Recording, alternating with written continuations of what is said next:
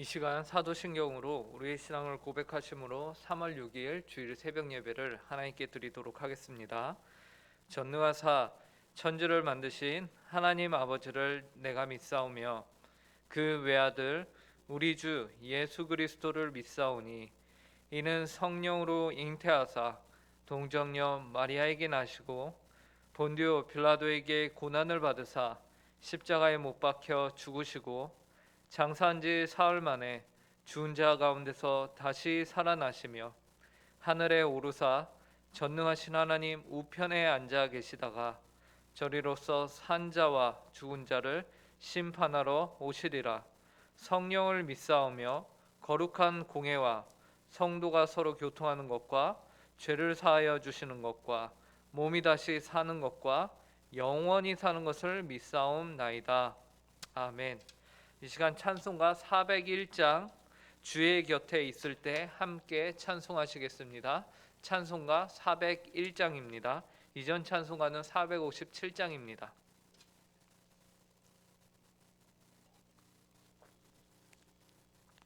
찬송가 401장 함께 찬송하시겠습니다. 주의 곁에 있을 때 마음이 든든하오니 주여 내가 살 동안 인도하여 주소서. 주여 나를 인도하소서. 빠른 세상 살 동안 주여 인도하소서. 피난처인 예수여 세상 물결 엄할 때 크신 은혜 베푸사 나를 숨겨주소서. 주여 나를 인도하소서. 빠른 세상 살 동안 주여 인도하소서. 세상 풍파진 않을 영화로운 나라와 눈물 없는 곳으로 들어가게 하소서. 주여 나를 인도하소서. 빠른 세상 살 동안 주여 인도하소서. 아멘. 아멘. 함께 기도하도록 하겠습니다. 사랑과 은혜가 풍성하신 하나님 감사합니다. 오늘 저희에게 귀하고 복된 주일을 허락하시고 또 이렇게 하루의 새 날을 하나님께서 허락하여 주셔서 하나님 아버지를 사랑하여 이렇게 하나님께 기도하고 간구하는 자리로 나왔습니다. 저희를 이 시간 이 장소로 불러주신 하나님의 은혜에 감사합니다. 하나님 아버지 저희의 기도를 받아주시고 저희의 삶 가운데 하나님만이 온전히 주인으로서 좌정하여 주시고 저희 삶의 유일한 주권자여 왕으로 하나님 아버지께서 통치하여 주시옵소서. 하나님의 온전한 통치를 바람으로 저희가 이 시간 하나님의 말씀을 함께 봅니다. 하나님 아버지 이 말씀을 통하여서 하나님의 뜻과 하나님의 어떠하심을 저희에게 알려주셔서 저희의 삶이 저희의 사고가 저희의 태도가 그 하나님을 성경이 말하고 있는 하나님을 온전히 저희 마음 가운데 모시며 그분을 섬기는 복되고 귀한 하루가 될 수 있도록 함께하여 주시옵소서. 감사하며 이 모든 말씀 예수님의 이름으로 기도합니다. 오늘 저희에게 주시는 하나님의 말씀은 구약성경 시편 124편 1절부터 8절까지의 말씀입니다. 시편 124편 1절부터 8절까지의 말씀입니다.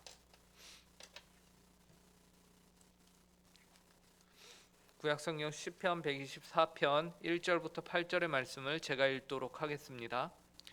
이스라엘은 이제 말하기를 여호와께서 우리 편에 계시지 아니하셨더라면 우리가 어떻게 하였으랴.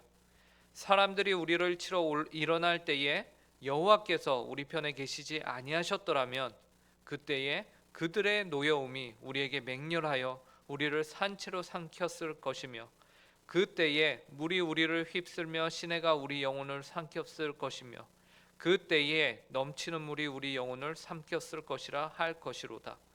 우리를 내주어 그들의 이에 씹히지 아니하게 하신 여호와를 찬송할지로다. 우리의 영혼이 사냥꾼의 올무에서 벗어난 새같이 되었나니 올무가 끊어짐으로 우리가 벗어났도다. 우리의 도움은 천지를 지으신 여호와의 이름에 있도다. 아멘. 제가 인생을 살면서 한 가지 후회하는 것이 있습니다. 그것이 무엇인지 성도님들 혹시 아시겠습니까? 그것은 바로 나는 왜 중고등학교 때 공부를 열심히 하지 아니하였는가라는 것입니다. 이런 후회를 합니다. 그때는 미처 몰랐는데 세월이 지나고 나니 그 시절에 공부를 열심히 안 한 것이 참으로 후회가 되더라는 말입니다. 그런데 더 놀라운 것을 발견했습니다. 저만 그런 줄 알았는데 제가 여러 사람들을 만나고 보면서 얘기를 해보니 저뿐만 아니라 많은 사람들이 그때 공부 안 한 것을 후회하더라는 것입니다. 제 주변에 그렇게 생각한 사람들이 참으로 많은 것을 제가 발견하게 되었습니다. 그러면서 한 가지 놀라운 사실을 더 알게 되었는데 그것은 웬만한 사람들이요 정작 공부를 했어야 하는 그때에는 공부를 왜 해야 하는지 제대로 알지 못했더라는 것입니다. 그렇죠? 아마도 내가 왜 공부를 해야 하는지 지금처럼 절실히 깨닫게 되었더라면 그 당시 아마 공부를 열심히 했을 겁니다.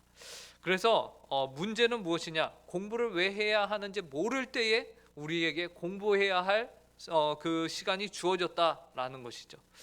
그리고 세월이 지난 후에 후회와 아쉬움이 남게 된 것입니다. 이처럼요, 우리 인생은요, 정작 그 당시에는 알지 못하고 이해하지 못하던 것이지만 세월이 한참 지난 후에야 깨닫게 되는 것들이 있습니다. 그 중에서 가장 대표적인 것이 바로 하나님의 은혜입니다. 하나님의 은혜는 오늘 우리 시편 기자가 고백하는 것과 같이 당시 그 시절에는 우리가 깨닫지 못하다가 세월이 지난 후에야 우리가 깨닫게 되는 것임을 한번 보게 됩니다. 시편 오늘 보면 1절부터 5절에서 하나님의 은혜에 대해서 시편 저자가 고백을 하고 있는데요. 약간 길지만 제가 다시 여러분들에게 읽어드리겠습니다. 이스라엘은 이제 말하기를 여호와께서 우리 편에 계시지 아니하셨더라면 우리가 어떻게 하였으랴.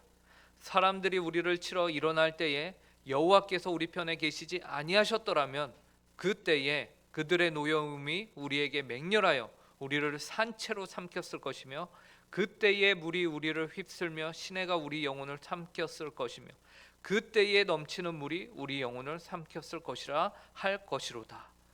시편 기자는 우선 1절과 2절에서 가정법을 사용하고 있습니다. 가정법을 사용해서 어떠한 사실을 강조하고 있는데요. 그것은 여호와께서 안 계셨더라면 그때에 우리가 어떠했겠는가라는 것이에요. 가정법이니까 실상은 함께 계셨다는 것입니까? 안 계셨다는 것입니까? 가정법에서는 안 계셨더라면 이라고 말하니까 실상으로는 하나님이 함께 계셨더라는 것이에요. 그래서 1절에 보니까 이제 말하기를 이라는 것처럼 이제 내가 이제서야 말할 수 있게 되었다라는 것인데 그 사실이 무엇이냐? 여호와께서 우리 편에 계시지 아니하셨더라면은, 그리고 2절에서 또 여호와께서 우리 편에 계시지 아니하셨더라면은 우리가 어쩔 뻔했느냐라는 것이죠. 그러면서 여호와께서 함께하지 아니하셨더라면 3절에서 보니까 그때에 그들의 노여움이 우리에게 맹렬하여 우리를 산채로 삼켰을 것이다. 굉장히 과격한 표현으로 말하고 있습니다. 살아있는 채로 우리를 한 입에 삼켜버리는 것이죠. 굉장히 과격한 표현인데요.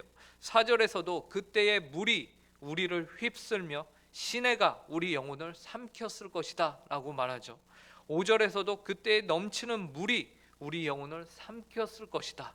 뭐든지 다 자신을 삼켰을 것인데 여기서 물과 시내가 우리를 그리하게 삼켰을 것이다. 근데 성경에서요, 물과 시내와 같은 것들은 모두 하나님의 심판과 재앙을 의미합니다. 그러한 심판과 재앙이 자신들을 한 번에 삼킬 만큼 그때 여호와께서 우리를 보호해 주시지 아니하셨더라면 끔찍하였을 것이다 라고 말하는 것이요. 그리고 그러한 심판과 재앙이 무엇을 삼킨다고 하냐면 우리의 영혼을 삼켰을 것이다 라고 하는데, 영혼은 단지 우리의 일부분이 아니라 우리에게 있어서 가장 소중한 것, 우리의 전인격을 의미합니다. 우리의 인생 전체를 의미해요. 그러니까 인생 전체를 의미하는 그 모든 것들이 심판받고 재앙 가운데 놓였을 것인데 여호와께서 함께 하심으로 그러하지 아니하였다라는 것이죠. 결론적으로 이제 세월이 지나고 우리가 이제서야 말할 수 있게 되었는데, 그때 여호와께서 함께 계셨기 때문에 지금 우리가 어떻다는 겁니까? 이러한 재앙들을 피할 수 있었다라고 고백하는 것이, 하나님의 놀라운 함께 계셨던 은혜를 그때는 몰랐는데 이제는 알게 되었다라는 것이죠. 이처럼 우리는 당시에는 미처 알지 못하였는데 이제 세월이 지나고 돌아보니 하나님께서 함께 계시지 아니하였더라면 어쩔 뻔했냐라고 생각하게 되는 일들이 우리 인생 가운데 얼마나 많은지 모릅니다. 여러분들의 인생만 한번 돌아보시기 바랍니다. 그 시간들, 그 길고 길었던 세월들 가운데 하나님이 없었더라면 지금의 내가 있을 수 있었는가? 참으로 하나님의 은혜는 우리가 그 은혜 한가운데 있을 때에 우둔하여 알지 못하다가 시간이 지나고서야 고백하게 되는 것이 바로 하나님의 은혜입니다. 마치 1절에서 이스라엘은 이제 말하기를 여호와께서 우리 편에 계시지 아니하셨더라면 우리가 어떻게 하였으랴라고 고백하는 것과 같습니다. 그래서 6절에서 이스라엘은, 그리고 시편 저자는 다음과 같이 고백합니다. 우리를 내주어 그들의 이에 씹히지 아니하게 하신 여호와를 찬송할지로다. 이제라도 우리로 하여금 원수들로부터 보호하신 하나님의 은혜를 깨닫게 되었다면은 우리가 할 일은 그 하나님을 찬송하는 일인 것입니다. 하나님을 찬송하는 일에는 결코 늦은 때는 없다는 것을 우리는 기억해야 합니다. 은혜를 깨닫는 바로 그 순간이 하나님을 찬송할 가장 적절한 때라는 것을 우리는 기억하고서 그 하나님의 은혜를 깨달을 바로 그때에 우리는 하나님을 찬송할 수 있어야 하는 것이죠. 하지만 하나님의 은혜를 알고도 우리가 바로 그 즉시로 하나님을 예배하고 찬양하지 않는다, 하나님께 감사하지 않는다, 그리고서 얼마나 기간이 지난 후에 다음 주에, 다다음 주에, 나중에 내가 하나님께 감사하면 되지라고 생각하고 마음으로만 갖고 있는다면은 그것이 정말로 그 마음 그대로, 그 감사했던 마음 그대로 우리가 하나님께 예배할 수 있을까요? 결코 쉽지 않습니다. 하나님을 찬양하는 일은, 하나님께 감사하는 일은요, 항상 바로 지금 은혜를 깨닫는 그 자리에서 하는 것이 가장 중요합니다. 그래서 성경에 보면요, 아브라함, 이삭, 야곱 모두 그리고 이스라엘 백성들도 그렇고 하나님을 만난 그 은혜의 자리에서 그들이 정말로 한 푼 가진 것도 없을 그때에 하나님의 은혜를 경험하고 하나님을 만난 다음에 그들이 항상 하는 것이 있어요. 그것이 무엇인지 아십니까? 바로 그 자리에 있던 돌을 가져다가 하나님 앞에서 제단을 쌓고 하나님을 예배하는 일이었습니다. 자신이 무엇을 가진 것이 중요한 것이 아니라 하나님의 은혜를 깨달았을 때에 그 즉시로 하나님을 예배하고 하나님을 높이고 찬송을 드리는 그 일을 마땅히 해야 한다라는 것입니다. 그래서 어떤 목사님께서는 우스갯소리로 이런 말씀도 하셨습니다. 짜장면과 하나님을 찬양하는 것은 그 즉시로 하는 것이 가장 좋다. 무슨 말입니까? 짜장면이 시가 지나고 불고 하면은 맛이 없다. 그것처럼 하나님을 예배하고 하나님을 감사하고 찬양하는 것도 시간이 지나면 별로다라는 것입니다. 그 즉시로 해야지 가장 좋다라는 것이죠. 그리고 여호와 하나님의 은혜는 단지 우리를 원수들로부터 보호하시는 것만 하지 않으시고 더 나아가 우리에게 참 자유를 허락하신다는 것을 기억해야 합니다. 7절을 제가 읽겠습니다. 우리의 영혼이 사냥꾼의 올무에서 벗어난 새같이 되었나니 올무가 끊어짐으로 우리가 벗어났도다. 하나님의 은혜는요, 우리를 죄로부터 보호해 주실 뿐만 아니라 더 나아가 우리에게 자유를 허락하십니다. 이것은 예수 그리스도의 십자가의 은혜도 그러하죠. 그리스도는 우리를 죄로부터 보호하여 주실 뿐만 아니라 우리를 그 죄의 속박으로부터 끊어주시고 우리에게 자유를 주셔가지고서 선한 일에 힘쓰는 삶을 우리가 더 적극적으로 살아갈 수 있도록 우리에게 자유를 허락하신다라는 것이, 바로 이것이 오늘 시편 기자가 우리에게 말해주고 있는, 우리의 영혼이 사냥꾼의 올무에서 벗어난 새같이 되었다라고 말하는 이 구절의 의미입니다. 그러므로 우리는 하나님의 은혜를 깨닫게 될 때에 그 하나님을 찬양하되 우리에게 주어진 놀라운 자유함을 가지고서 하나님을 영화롭게 하는 일에 우리가 쓰임을 받아야 할 것입니다. 그리하여서 그분께 합당한 영광을 돌리는 삶을 살아야 합니다. 이것이 바로 은혜를 받은 성도의 삶인 것이죠. 그리고 바로 오늘 귀하고 복된 주일에 우리는 우리에게 주어진 자유로 하나님을 예배하는 일에 참여하게 될 것입니다. 오늘 우리가 드리는 주일 예배가 여호와 하나님을 온전히 찬송하는, 우리에게 주신 자유함을 가지고서 그 자유함의 목적이 무엇이냐? 바로 여호와 하나님을 온전히 예배하는 그런 복되고 귀한 주일, 하나님께서 주신 자유를 가지고서 그분을 높이는 시간이 되길 간절히 바랍니다. 마지막으로 시편 기자는 이제 세월이 다 지나고 되돌아보니 자신의 인생에 도움이 누구밖에 없음을 고백할까요? 여호와 하나님밖에는 자신의 인생에 도움이 없음을 고백하는데요. 8절을 보시기 바랍니다. 우리의 도움은 천지를 지으신 여호와의 이름에 있도다. 바로 여호와 하나님, 천지를 지으신 하나님밖에는 자신의 도움이 없음을 고백합니다. 과거에 하나님께서 베푸신 은혜를 깨닫고 이제 시편 기자는 무엇을 고백하냐면 앞으로 있을 미래의 일에서도 하나님밖에는 나에게 도움이 없습니다라고 고백을 하게 되는 것이죠. 여호와의 이름에 우리의 도움이 있습니다. 왜요? 그분은 천지를 지으신 전지전능하신 하나님이시기 때문에 그렇습니다. 그러므로 그분의 이름 앞에 모든 문제들과 우리를 위협하는 모든 사건들은 모두 고개를 숙이게 될 것입니다. 우리가 여호와 하나님의 이름을 부르고 그 하나님을 붙잡는 그 순간에 모든 문제들은 사라지게 될 것입니다. 이 고백이 오늘 이 기도의 자리에 나오신 모든 성도님들의 고백이 되길 간절히 바랍니다. 함께 기도하겠습니다. 하나님 아버지, 감사합니다. 오늘 귀하고 복된 주일을 허락하시고 또 이렇게 하나님 아버지 말씀을 통하여서 우리의 도움이 누구밖에 없는가, 바로 여호와 하나님, 천지를 지으신 여호와 이름밖에는 우리의 도움이 없음을 다시금 깨달아 알게 하여 주시니 감사합니다. 하나님, 우리는 무지하여서 하나님의 그 은혜의 한순간 한 복판에 있을 때에는 하나님의 은혜를 깨닫지 못하다가 세월이 지나고 나서야 하나님 아버지 그때에 여호와께서 우리와 함께 계시지 아니하셨더라면 우리가 어찌할 뻔하였는가 라면서 하나님의 은혜를 깨닫게 됩니다. 하나님 아버지, 그 순간에 하나님을 더 신뢰하지 못하고 그 순간에 더 하나님을 믿지 못하고 그 순간에 하나님을 더 영광 돌리며 감사하지 못하였던 저희의 모습을 긍휼히 여겨 주시고 이제라도 하나님의 은혜를 깨닫게 하여 주신 그 은혜에 감사함으로 저희가 하나님 아버지께 합당한 영광을 돌리는 복되고 귀한 주일이 될 수 있도록 은혜를 허락하여 주시옵소서.